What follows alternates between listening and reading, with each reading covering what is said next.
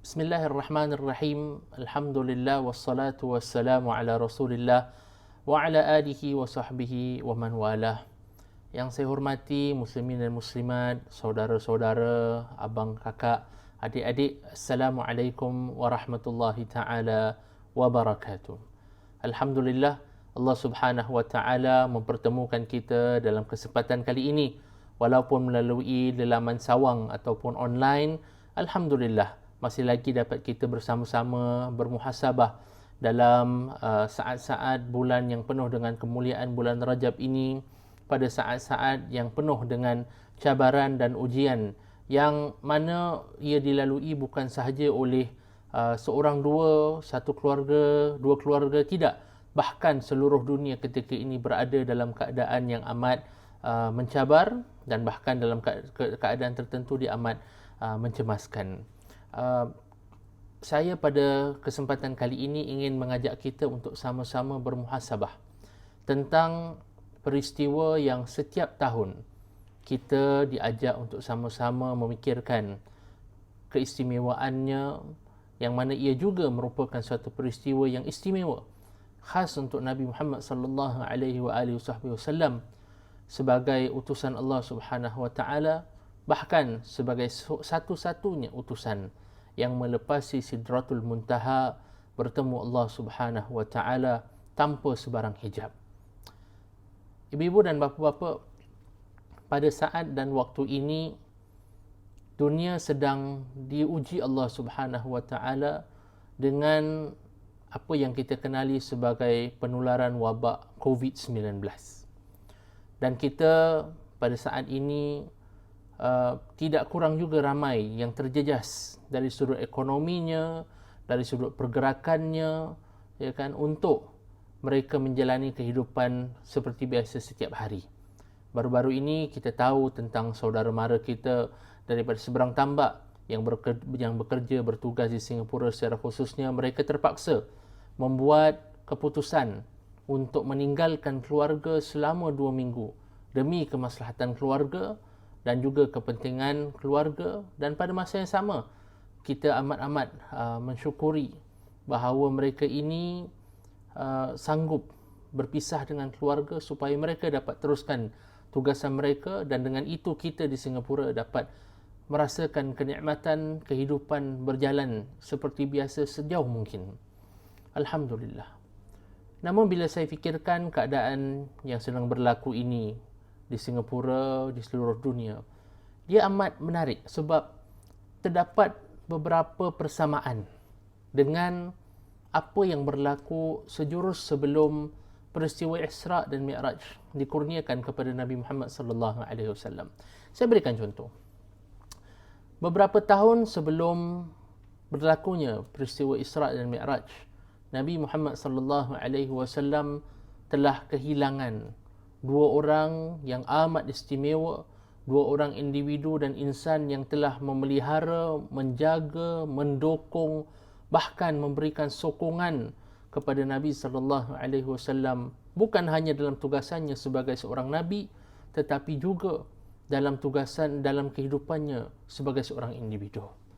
Beberapa tahun sebelum Isra' Mi'raj berlaku, ya ibu-ibu dan bapa-bapa, kita lihat Nabi sallallahu alaihi wasallam telah kehilangan pakciknya Abu Talib, dan Abu Talib merupakan salah seorang pendukung kepada dakwah Nabi sallallahu alaihi wasallam. Abu Talib jugalah yang telah memastikan bahawa Nabi sallallahu alaihi wasallam mendapat perlindungan daripada ancaman ataupun kecaman orang di sekelilingnya. Bahkan sebelum Isra' dan Mi'raj, pernah Nabi sallallahu alaihi wasallam telah diuji dengan pemboikotan ekonomi selama lebih kurang 3 tahun, sehingga kan Nabi sallallahu alaihi wasallam ketika itu diriwayatkan dalam setengah riwayat dengan mereka kabilahnya yang ikut serta dengan beliau terpaksa memakan daun-daunan kering ketika itu. Nah, ini adalah beberapa bentuk ujian. Selain daripada kematian atau kewafatan Abu Talib, Nabi sallallahu alaihi wasallam telah diuji Allah Subhanahu wa taala dengan satu lagi ujian yang amat besar, iaitu kehilangan isteri kesayangannya Sayyidatuna Khadijatul Kubra radhiyallahu taala anha wa ardhaha. Dan kita tahu betapa Nabi SAW tu rindu sangat, sayang sangat dengan Sayyidatuna Khadijah radhiyallahu taala anha, yang telah menyokong beliau, yang memberikan kasih sayang kepada beliau, yang bahkan memudah cara untuk beliau Nabi SAW pada saat-saat awal kenabiannya untuk mendapatkan dorongan semangat meneruskan usaha mendidik, mengajak manusia kepada kebaikan. Nah, ini bukan suatu ujian yang ringan untuk seorang suami yang telah bersama dengan seorang isteri yang kemudiannya telah mendokong, menyayangi, mengasihi, tapi akhirnya pada saat-saat yang penuh dengan kegetiran, ketika mereka diuji dengan pemboikotan ekonomi dan sebagainya, Nabi SAW ketika itu kehilangan dua orang yang selama ini telah memberikan perlindungan. Nah, cuba lihat keadaan ini yang Nabi SAW alami sejurus sebelum Isra' dan Mi'raj. Kalaulah kita, ibu dan bapa-bapa, sebagai orang biasalah ya, manusia biasalah, kehilangan orang-orang istimewa seperti ini, orang-orang yang telah bukan hanya mendukung dan menyokong, tapi memainkan peranan utama bahkan dalam kehidupan kita. Kehilangan pakcik yang hampir boleh dikatakan ibarat bapanya sendiri. Kehilangan isteri yang selama ini dikasihi, yang mengasihi beliau, yang menjaga, mendukung. Ditambah lagi dengan pemboikotan ekonomi ketika itu, sehingga kan tidak ada makanan untuk mereka. Semua ini, kalau kita lah sedang melalui perkara seperti ini, bagaimana agaknya rasa tekanan kita. Sehingga selepas itulah Nabi SAW diundang oleh Allah Subhanahu Wa Taala untuk ketika itu melalui peristiwa yang luar biasa. Peristiwa yang khusus hanya untuk baginda Nabi SAW. Sebahagian ulama, antaranya almarhum Sayyid Muhammad Sa'id Ramadan Al-Buti, pernah menyebutkan bahawa sebenarnya perjalanan Isra' dan Mi'raj ini bukan hanya untuk memberikan hiburan kepada hati Nabi SAW yang sedang gundah, tetapi dia mempunyai makna-makna yang lebih dalam daripada itu. Ya, benar sebahagian antara perbincangan ulama, sebahagian hikmah di sebalik Isra' dan Mi'raj berlaku selepas Nabi SAW melalui pelbagai peristiwa yang amat menekan, amat memberikan kesan yang mendalam kepada jiwa beliau, yang amat menyedihkan, amat membimbangkan. Allah Subhanahu Wa Taala mengurniakan perjalanan Isra' dan Mi'raj. Sebagian ulama mengatakan bahawa perjalanan ini adalah untuk meringankan, melapangkan dada Nabi SAW, memberikan Nabi SAW semangat untuk terus berjalan di atas jalan Allah Subhanahu Wa Taala.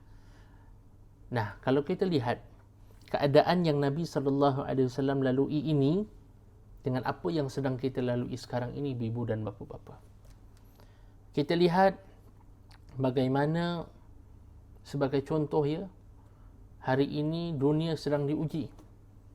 Teman-teman kita yang telah, saya faham, yang sedang bekerja dalam pelbagai bidang, tidak kiralah dalam bidang perubatan, dalam bidang aviation atau bidang penerbangan, dalam bidang tourism ataupun pelancongan, dalam bidang sektor perkilangan, perindustrian dan sebagainya. Banyak yang terjejas, ramai yang terjejas. Kalau kita bandingkan ini dengan peristiwa yang Nabi SAW lalui, seakan-akan kita juga sedang dicabar dengan ujian ekonomi. Dan ini semestinya mempunyai kesan. Baru-baru ini kita dimaklumkan bagaimana bazar di bulan Ramadan nanti telah dibatalkan, ya kan? Dan saya tahu ada teman-teman yang mana bazar Ramadan ini merupakan peluang untuk mereka mendapatkan sedikit, orang kata, perbelanjaan lebih sebagai bonus untuk perbelanjaan keluarga dalam setahun. Ada yang telah merancang menyediakan barang-barangan, namun demikian malangnya kerana apa yang berlaku, dan ini adalah merupakan satu yang perlu, bazar itu ditiadakan, mereka kerugian. Hampir sama je kalau kita lihat, seolah-olah apa yang Nabi sallallahu alaihi wasallam sedang lalui ketika itu dari sudut pemboikotan ekonomi dan sebagainya, kesusahan dan ujian ketika itu. Bahkan ada sebahagian kita yang kehilangan keluarga kerana penyakit ini, atau wabak yang sedang menular ini.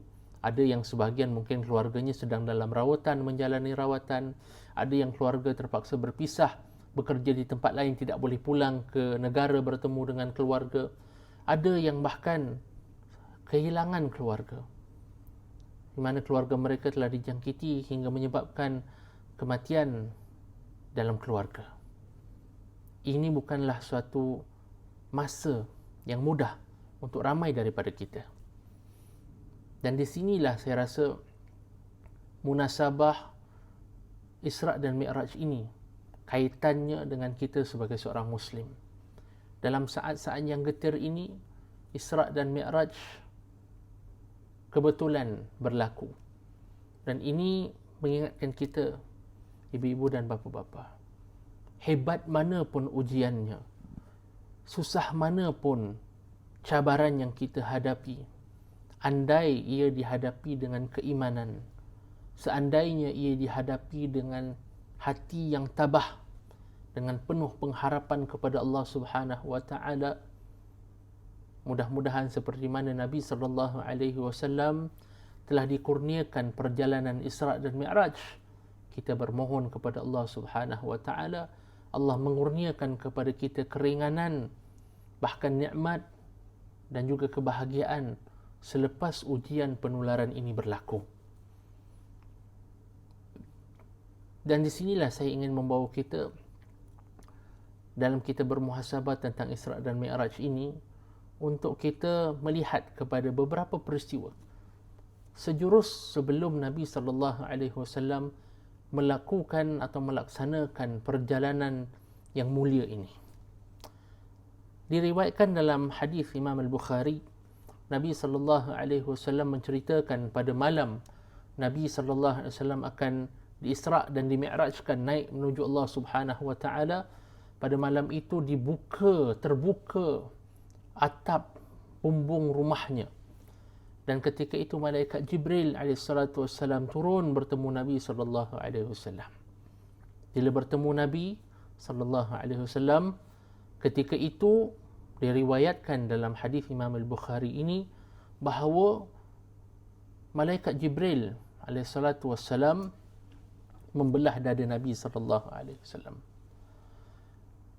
Telah membelah, tidak cukup dengan itu, beliau kemudian, yakni malaikat Jibril, mengeluarkan hati Nabi sallallahu alaihi wasallam. Dikeluarkan hati Nabi, kemudian dicuci hati Nabi sallallahu alaihi wasallam dengan air Zam-Zam. Kemudian diriwayatkan bahawa malaikat Jibril membawa satu bejana emas yang dipenuhi dengan iman dan hikmah, dituangkan ke dalam dada Nabi, ke dalam hati Nabi sallallahu alaihi wasallam, dan kemudian hati atau jantung Nabi sallallahu alaihi wasallam ini diletak semula ke dalam tubuh badan Nabi sallallahu alaihi wasallam sebelum perjalanan Isra' dan Mi'raj. Peristiwa ini nampaknya seperti satu proses yang mana malaikat datang, bersihkan hati, kemudian letak dalam hati. Dah. Namun pada pandangan saya sendiri, ini merupakan suatu peristiwa yang amat penting sejurus sebelum berlakunya Isra' dan Mi'raj. Kenapa? Ada dua perkara di sini yang malaikat Jibril melakukan, yang pada saya ia merupakan suatu simbolisme yang amat penting. Simbol pertama adalah penyucian atau pembersihan hati Nabi sallallahu alaihi wasallam dengan air Zam-Zam. Simbol yang kedua, penuangan iman dan hikmah ke dalam hati Nabi sallallahu alaihi wasallam. Dan peristiwa yang ketiga barulah kemudian berlaku Isra' dan Mi'raj. Persoalan yang kita tanya, mengapa ya agak-agak Allah Subhanahu wa taala memerintahkan malaikat Jibril melakukan demikian sebelum perjalanan Isra dan Mi'raj. Kalau kita lihat dan kita telusuri semula, ibu dan bapa-bapa, sebenarnya ini mempunyai makna yang mendalam. Ia mengingatkan kita bahawa sebelum perjalanan menuju Allah Subhanahu wa taala ini, kita pertama sekali perlu memastikan untuk kita sampai kepada Allah Subhanahu wa taala, hati kita kena bersih. Hati kena baik. Dan ini tidak lari daripada apa yang diajarkan Allah Subhanahu wa taala dalam Al-Quran itu sendiri. Yang mana Allah Subhanahu wa taala berfirman, "Yauma la yanfa'u malun wala banun illa man atallaha biqalbin salim." Pada hari kiamat nanti, ia merupakan hari yang mana la yanfa'u mal wala banun, yang mana harta dan anak-anak tidak akan dapat memberi sebarang manfaat kecuali orang yang datang menuju kepada Allah Subhanahu wa taala, mendatangi Allah Subhanahu wa taala, menghadap Allah Subhanahu wa taala biqalbin salim, dengan hati yang bersih, dengan hati yang suci, dengan hati yang bebas daripada perasaan prasangka, buruk sangka, hasad, dengki, kebencian. Berarti sebab itu hati Nabi dibersihkan. Kerana sebelum Nabi SAW sebagai isyarat kepada kita bahawa untuk kita dapat menuju kepada Allah dan sampai kepada Allah Subhanahu wa taala, mulakan pertama dan utama dengan kita membersihkan hati kita. Imam Al-Ghazali pernah berpesan bahawa hati ini adalah ibarat raja, manakala anggota badan yang lain adalah pengikutnya. Dan ini juga sesuai dengan sabda Nabi sallallahu alaihi wasallam yang selalu kita dengar. Dalam badan manusia ini ada segumpal daging. Idza saluhat, apabila baik, saluhal jasadu kulluh, maka akan baik seluruh tubuh badannya. Wa iza fasadat, tapi bila hati ini rosak, hati ini dipenuhi dengan sifat-sifat yang buruk, fasadal jasadu kulluh, seluruh tubuh badan manusia itu akan rosak. Sebab kalau hati orang itu jahat, hatinya tidak baik, rasa-rasanya lah takkanlah orang itu tak buat perkara yang buruk. Itu adalah lumrah manusia. Kalau hatinya dipenuhi dengan kebencian, ada saja keburukan yang akan dia ingin lakukan kepada orang yang dibenci. Kalau ada hasad dan dengki terhadap orang lain, akan dia nak lakukan sesuatu terhadap orang yang dia dengkikan atau dia hasadkan. Tapi kalau hatinya bersih, tidak ada benci orang lain, tidak ada hasad dengan orang lain, ketika itu tak rasalah orang itu akan tergerak nak buat keburukan terhadap orang, ibu dan bapa-bapa. Nah, sebab itu langkah pertama nak bertemu Allah Subhanahu wa taala, dan jika kita harapkan pertemuan yang baik dengan Allah Subhanahu wa taala, jaga hati kita. Pelihara hati kita. Sebab itu pernah satu ketika, kalau kita lihat kisah yang masyhur, seorang wanita Bani Israel ketika itu, yang mana beliau merupakan seorang, diriwayatkan seorang pelacur di tengah padang pasir. Ketika itu beliau terjumpa seekor anjing yang kehausan. Lalu beliau mengambilkan air dan diberikan seteguk minuman kepada anjing tersebut. Dan Nabi SAW menyebutkan kemudian dalam hadis bahawa kerana rahmah wanita ini yang dikenali sebagai seorang pelacur, dia memberikan minum kepada seekor haiwan yang namanya anjing. Kerana rahmah ini, kerana hatinya yang murni dan ikhlas memberikan minuman, kerana lantas kasihankan sangat seekor anjing yang kehausan, Nabi SAW lantas mengatakan bahawa wanita ini kemudian dikurniakan Allah Subhanahu wa taala pengampunan dan tempat dalam syurganya kelak. Allah.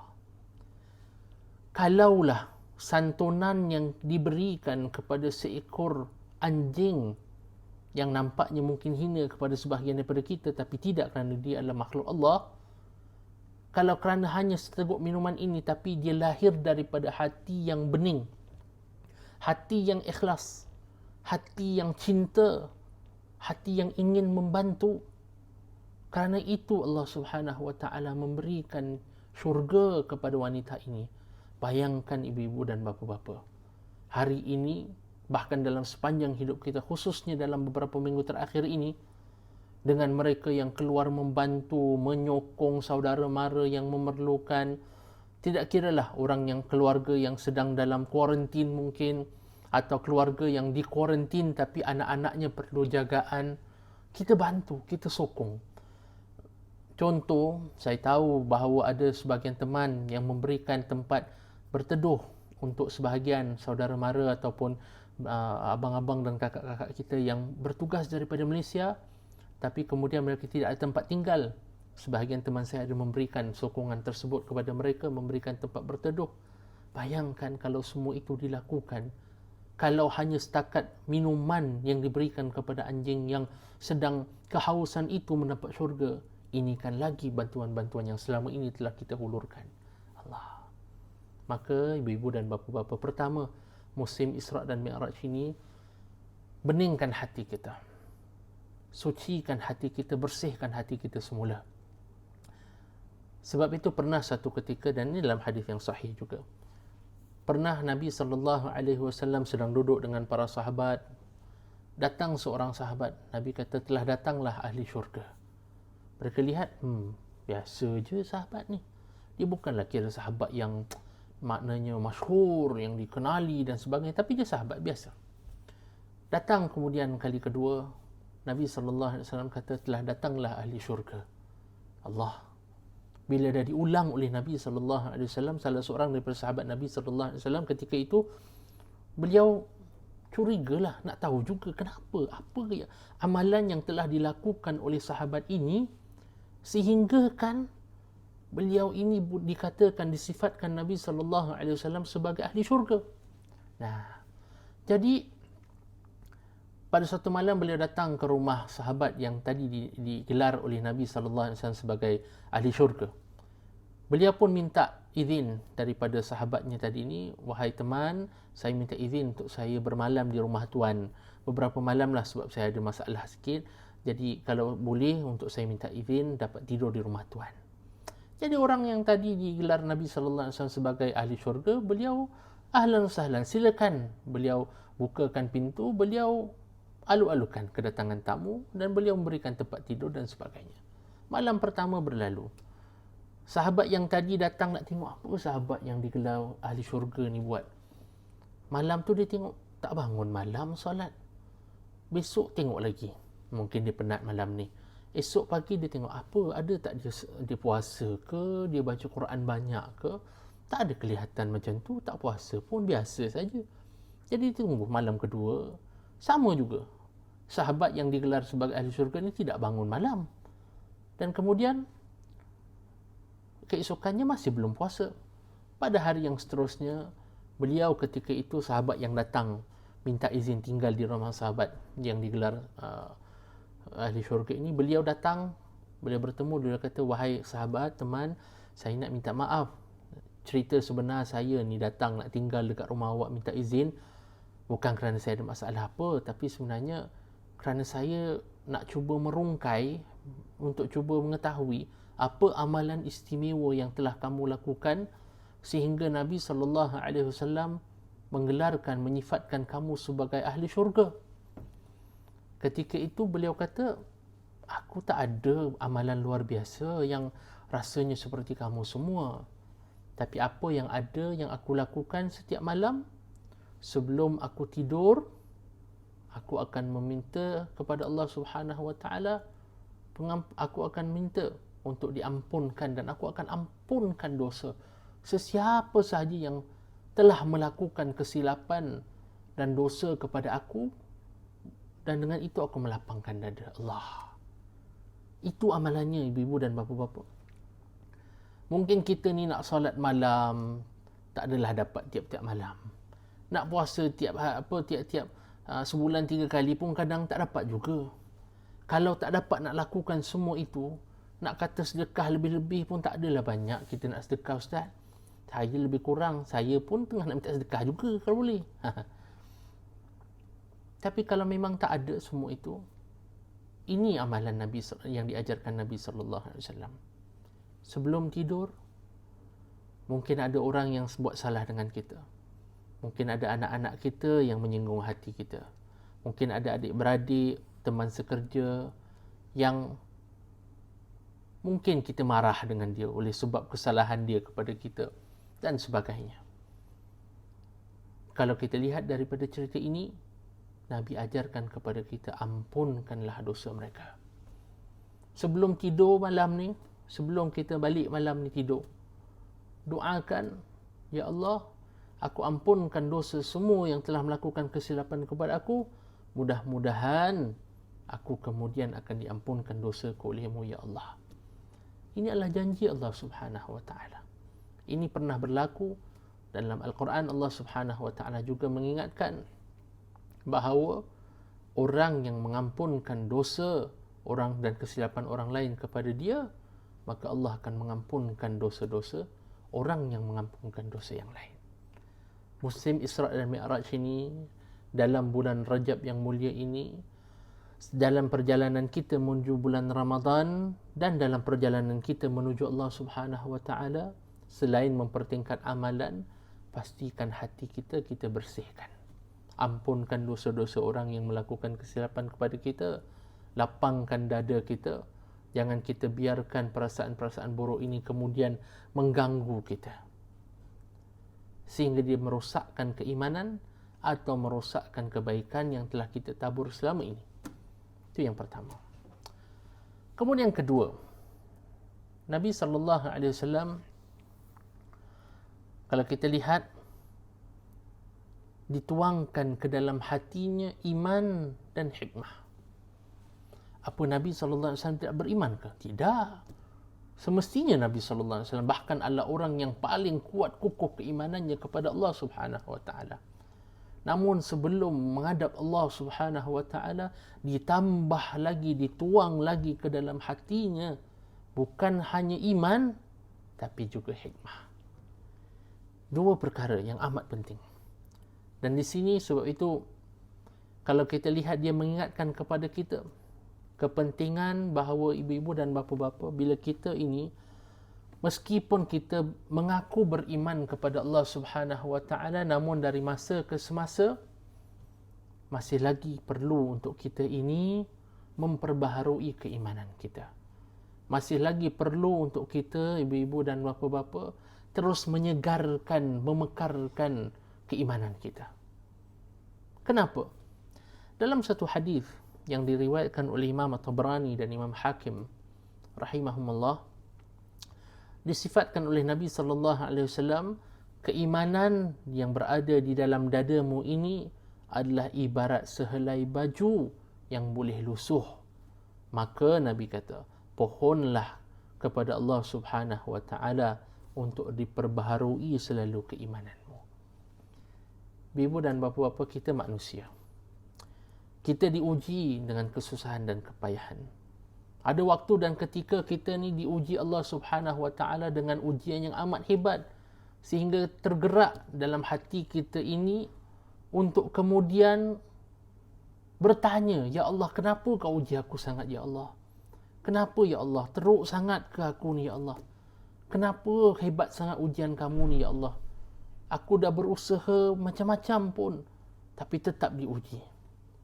Ibu dan bapa-bapa, di situ penting untuk kita terus memperbaharui iman kita.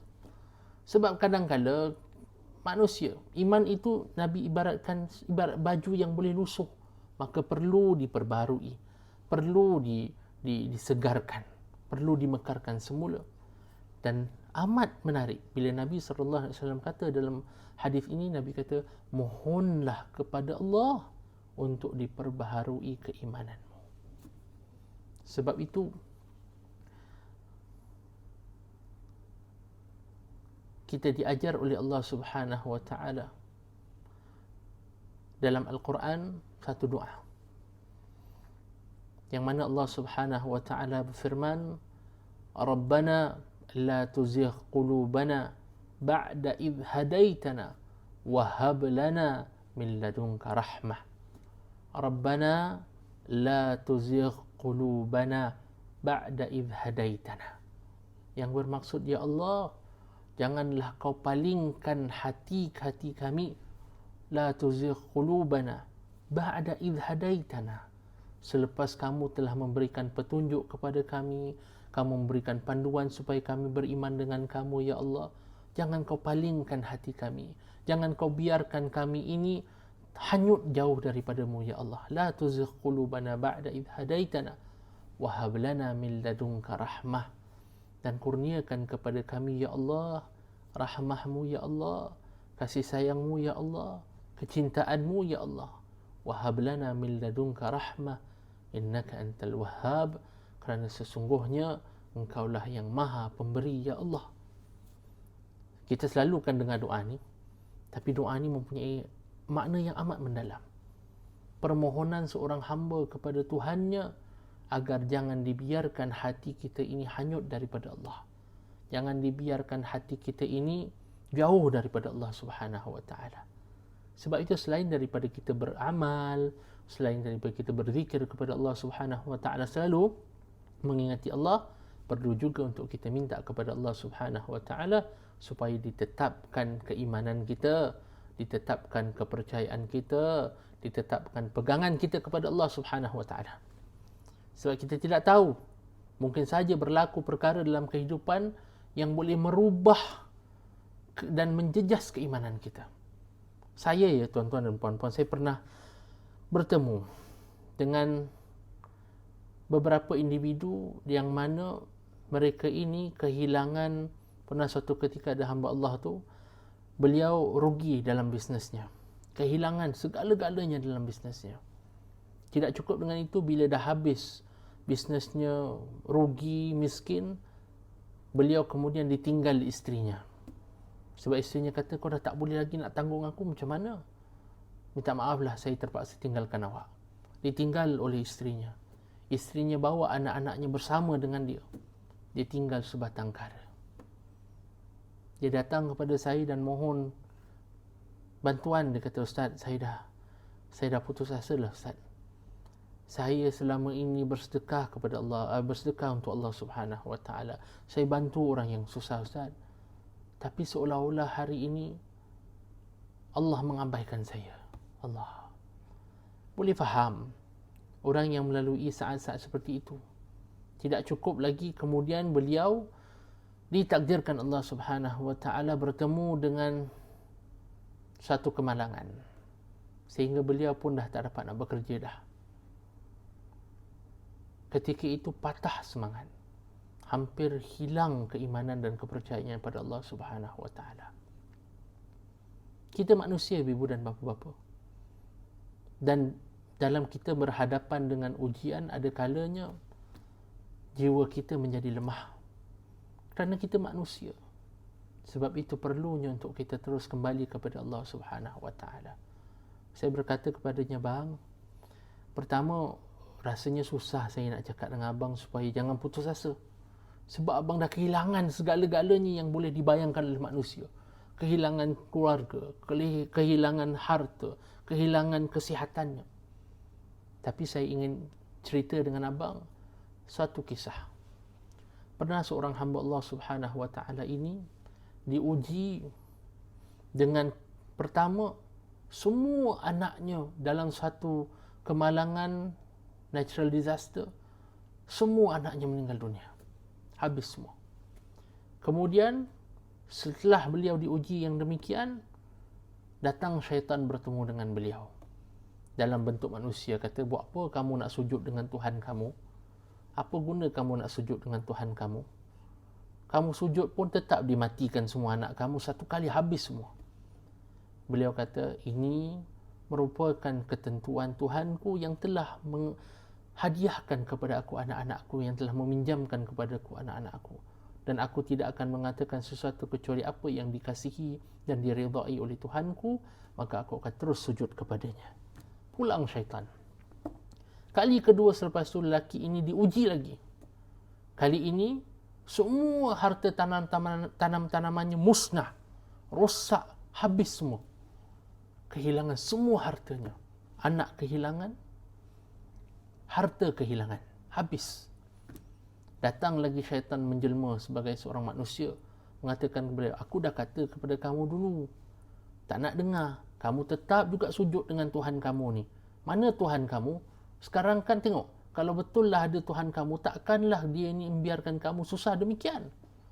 Dia kata, sesungguhnya semua hartaku ini adalah apa yang telah dikurniakan kepada aku merupakan miliknya, dipinjamkan kepada aku, dan aku tidak akan mengatakan kecuali apa yang diridai oleh Tuhanku. Maka syaitan pulang, rasa hampa. Tak cukup dengan tu, selepas itu lelaki yang sama ini yang dah diuji dengan kehilangan anaknya, diuji dengan kehilangan hartanya, kemudian kehilangan pula kesihatannya. Habis badannya semua dilanda penyakit kusta, dilanda penyakit, pelbagai macam penyakit, sehingga beliau menjadi incapacitated dalam bahasa orang sekarang ni lah. Dah tak boleh lagi dah nak bergerak. Ketika itu isterinya datang. Kerana syaitan kata aku datang pakai kamu tak jalan direct, aku cubalah hasut isteri dia pula. Syaitan menjelma sebagai seorang manusia, jumpa isteri beliau, kata, wahai isteri, kamu minta kepada suami kamu, pujuk dia, cakap dengan dia, mintalah supaya diringankan atau dihilangkan semua ni. Kalau betul ada Tuhan, kamu cakap dengan dia. Dah susah sangat dah. Dah hilang harta, hilang anak, sekarang kesihatan pula hilang, habis semua. Apa lagi nak sembah dengan Tuhan yang satu? Datang si isteri kepada suaminya, yang lelaki yang tadi diuji Allah. Isterinya kata, bang, mintalah pada Allah supaya dihilangkan semua ni, bahasa Melayu lah. Minta dihilangkan semua ni. Kemudian lelaki itu berkata kepada beliau, berapa lama kita dikurniakan Allah Subhanahu wa taala kebahagiaan dan kegembiraan serta keberkatan yang melimpah ruah. Kira-kira lebih kurang 8 tahun, 9 tahun mungkin. Kemudian beliau tanya kepada isterinya, berapa tahun kita ini kemudian diuji Allah Subhanahu wa taala dengan kesusahan yang luar biasa. Kira-kira mungkin 7 tahun lebih kurang. Setahun atau 2 tahun kurang daripada jumlah mereka dikurniakan kelebihan, kekayaan, kebahagiaan, kegembiraan oleh Allah Subhanahu wa taala. Maka lelaki itu berkata, kalau begitu aku rasa malu nak minta dengan Allah Subhanahu wa taala. Saya kata, bang, rasa-rasalah lelaki yang diuji Allah ni siapa bang agaknya? Dia kata, wah ustaz, ini rasanya macam orang luar biasa. Saya kata, memang luar daripada biasa, sebab dia bukan manusia biasa. Yang saya ceritakan ini, yang diuji ini adalah seorang Nabi. Namanya Nabi Ayub alaihi salatu wassalam. Selepas itu Nabi Ayub kata pada isterinya, pergilah, tinggalkan aku, tak apa, aku tak nak kamu susah dengan aku, tinggal, tak apa. Isterinya tak nak tinggal, tapi dihalau oleh Nabi Ayub alaihi salatu wassalam, tak apa, pergi. Setelah pergi ditinggalkan oleh isterinya, beliau mendongakkan wajahnya kepada Allah Subhanahu wa taala, kepada langit, berdoa kepada Allah Subhanahu wa taala, bukan untuk minta untuk diringankan, tapi beliau hanya meminta kepada Allah Subhanahu wa taala supaya Allah mengasihi beliau. Ketika itu beliau kata, ma massanya dur, tidak ada sebarang kemudaratan yang melandaku kecuali apa yang Allah izinkan, dan kaulah Tuhanku Arhamur Rahimin, Tuhan yang paling pengasih di antara mereka yang mengasihi. Saat itu Allah Subhanahu wa taala memerintahkan atau mengeluarkan air daripada tanah di sebelah katil Nabi Ayub alaihissalatu wassalam, sehingga saat itu diperintahkan oleh Allah kepada Nabi Ayub supaya Nabi Ayub kemudian membersihkan dirinya dengan air yang terpancar keluar, air mata air, Sehingga saat itu bila beliau membersihkan dirinya, dengan serta-merta dirinya terus kembali kesihatan seperti biasa sedia kala. Allahu Akbar. Inilah nilai keimanan yang diperbaharui. Dan inilah yang ingin diajar kepada kita oleh malaikat Jibril dan Nabi SAW dalam peristiwa Isra dan Mi'raj. Dalam perjalanan kita menuju Allah Subhanahu wa taala, iman kita pasti akan diuji. Iman kita pasti akan goyah kerana kita manusia, dan iman kita disifatkan Nabi SAW boleh pasang dan surut. Tapi yang penting adalah kita berdoa dan memohon dan berusaha terus agar Allah Subhanahu wa taala terus memperkukuh keimanan kita, kepercayaan kita, pegangan kita kepada Allah Subhanahu wa taala. Tadi doa yang saya ajarkan, Rabbana la tuzigh qulubana ba'da idh hadaitana wa hab lana min ladunka rahmah innaka antal wahhab. Kemudian seterusnya, kalau kita lihat dalam peristiwa itu, Nabi SAW dituangkan dalam dadanya iman dan juga hikmah, kebijaksanaan. Kebijaksanaan di sini menuntut bahawa mengajarkan kepada kita seolah-olah orang yang ada iman yang memang benar-benar murni dan suci, maka iman itu tidak boleh dipisahkan daripada hikmah, kebijaksanaan. Kalau ada orang yang mengaku beriman tapi kemudian kurang hikmahnya atau tiada hikmahnya, ketika itu perlu ditinjau semula keadaan imannya bagaimana, kemudian perlulah kemudian baru dilihat bagaimana membangun hikmah. Maksudnya, kita sebagai seorang Muslim, dalam kita menuju Allah Subhanahu wa taala, membersihkan hati itu penting, memperkukuh hati dengan keimanan itu penting. Tapi hasil hati yang bersih dicampur dengan hati yang kuat dan dipenuhi dengan iman kepada Allah Subhanahu wa taala, perlu juga disokong oleh elemen yang ketiga, iaitu elemen hikmah, kebijaksanaan.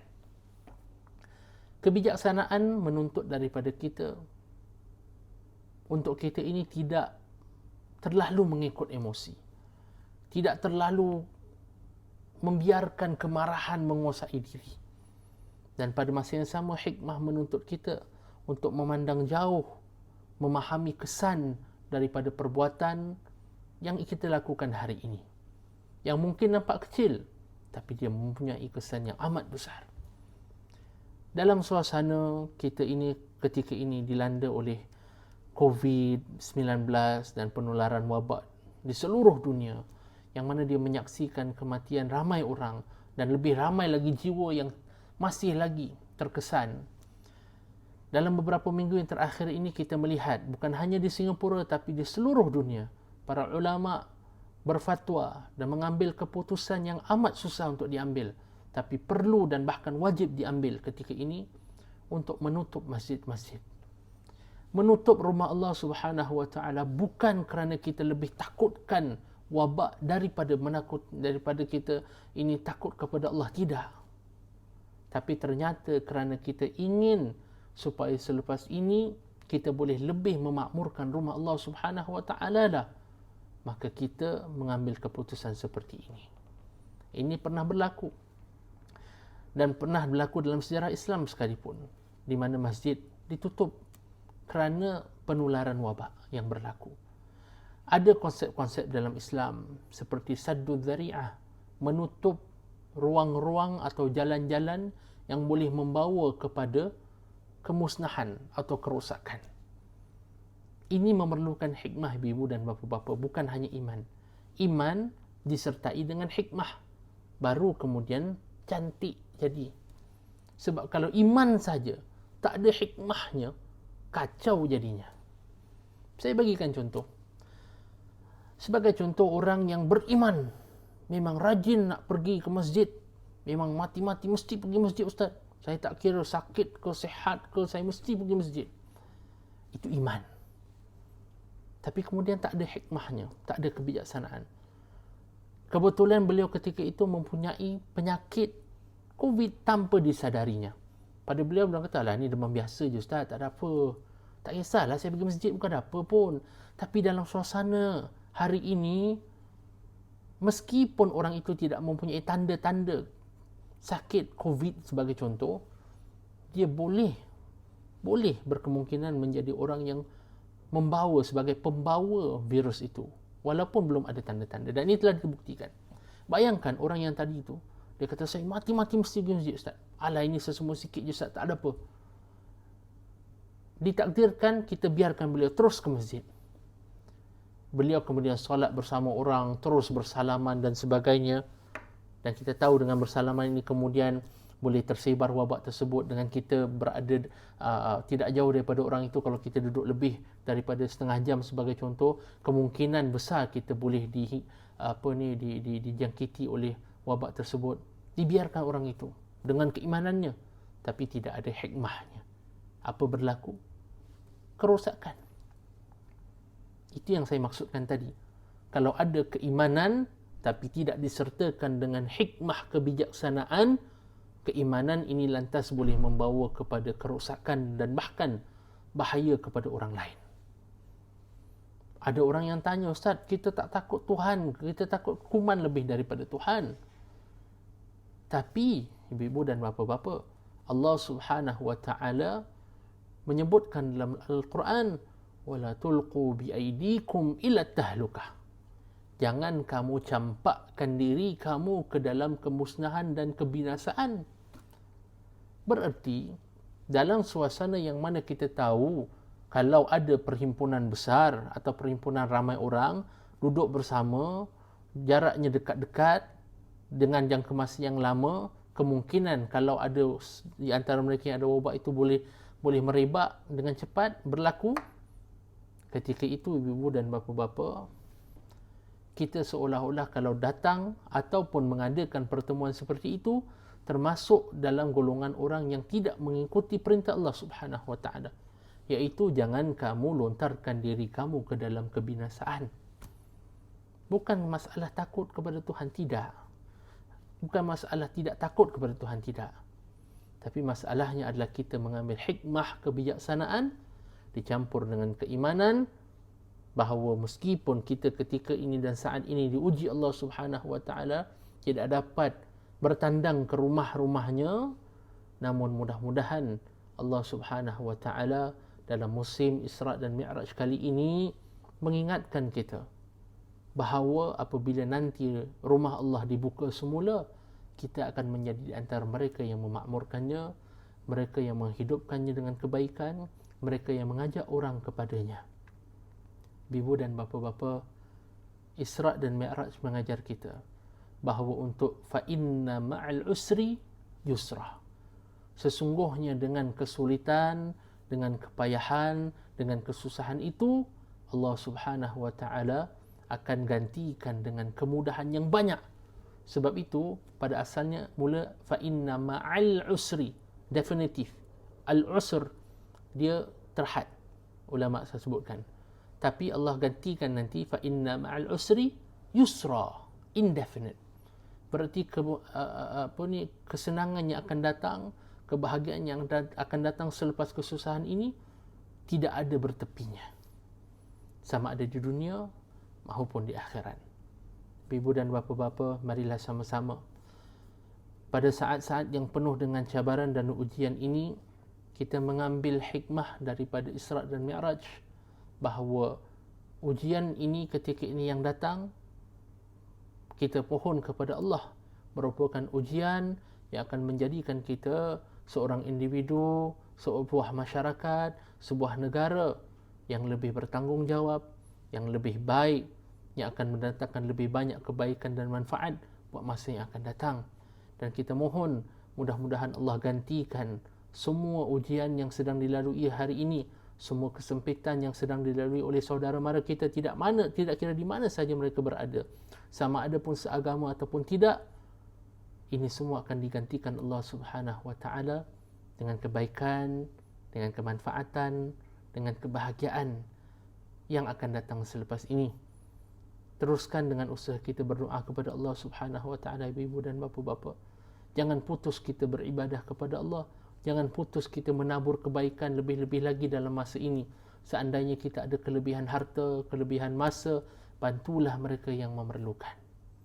Mudah-mudahan dengan berkat bantuan kita, berkat sedekah kita, berkat jariah kita, Allah Subhanahu wa taala mengurniakan perlindungan, kebahagiaan dan keselamatan untuk kita dan keluarga. Saya mohon untuk kita teruskan doa kita supaya kita semua dikurniakan Allah keridaan di akhir ujian ini. Sekian, wabillahi taufiq wal hidayah. Wassalamualaikum warahmatullahi taala wabarakatuh.